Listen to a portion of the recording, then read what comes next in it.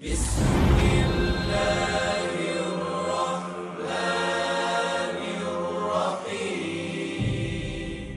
دور میں اللہ والوں پر بڑی تکلیفیں لوگوں نے ان کو دی،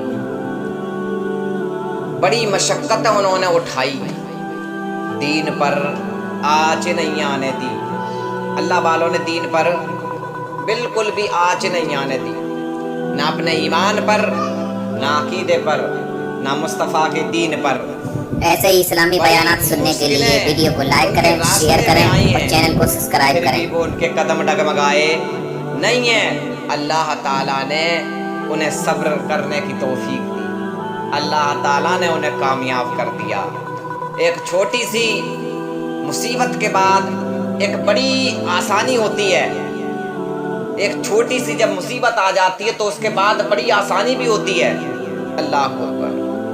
حضرت بلال جب داخل اسلام ہوئے، حضرت بلال جب داخل اسلام حضرت بلال ہوئے ہیں تو امیہ بن خلف ان کا جو آقا، امیہ بن خلف کے حضرت بلال غلام تھے، اور جب حضور صلی اللہ علیہ وسلم نے خرید لیا، حضرت ابوبکر صدیق نے خریدا حضور صلی اللہ علیہ وسلم کے لیے، تو وہ امیہ بن خلف حضرت بلال کا آقا تھا۔ تو جب داخل اسلام ہوئے تو کافروں نے انہیں بڑی تکلیفیں دیں، بڑی سزائیں دیں انہیں، اور ہر بار کہتے کہا محمد کا کلمہ چھوڑ دے ورنہ تجھے ہم ایسی سزائیں دیں گے کہ تجھے برداشت کرنے کے قابل نہ رہے گا۔ اللہ اکبر۔ لیکن بلال ہیں، عشق مانتا کہاں ہے، عشق مانتا کہاں ہے۔ امیہ بن خلف حضرت بلال کو تپتی ہوئی ریت پر لٹا دیتا تھا، تپتی ریت پر حضرت بلال کو لٹا دیتا تھا۔ گرمی کی شدت میں تپتی ہوئی ریت پر حضرت بلال کو لٹا کر امیہ ان کے سینے پر ایک بڑا سا پتھر رکھ دیتا تھا، اور امیہ پتھر رکھ دیتا تھا اور کہتا تھا بلال یا تو اسی حال میں مر جا، یا محمد کا کلمہ چھوڑ دے، یا اسلام کو چھوڑ دے، یا بلال اسی حالت میں مر جا۔ اللہ اکبر۔ اللہ ارے وہ لمحہ کیسا تھا جب اتنی سزائیں کاٹ کر بھی لوگ اسلام سے منہ نہیں موڑا کرتے تھے۔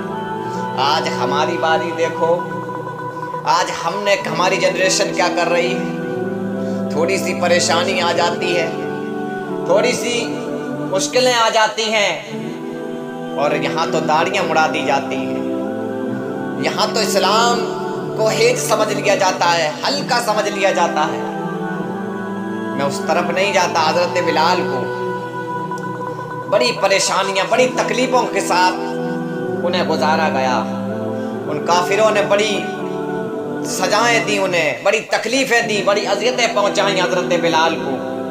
تپتی ریت پر لٹا کر امیہ ان کے اوپر پتھر رکھوا دیا کرتا تاکہ یہ ہل نہ سکیں، اور تپتی ریت ان کے جسم کو تپائے، حتیٰ کہ ان کے گلے میں رسی ڈال دیتا تھا۔ حضرت بلال کے گلے میں رسی پڑی ہوئی ہے، اور بچوں کے اباس لڑکوں کے ہاتھوں میں وہ رسی دے دیتا تھا، کہتا کھینچو۔ حضرت بلال کو وہ کھینچ دیتے، لیکن بلال ہے کہ مسکرا رہے ہیں۔ بلال کو عشق ہو گیا تھا نا اللہ کے محبوب سے، عشق ہو گیا تھا بلال کو، بلال کو عشق ہو گیا تھا۔ عشق کہتے کسے؟ عشق کا مطلب جانتے ہی نہیں ہمارے نوجوان بھائی، اور کہتے ہمیں عشق ہو گیا ہے۔ عشق کہتے کسے ہیں؟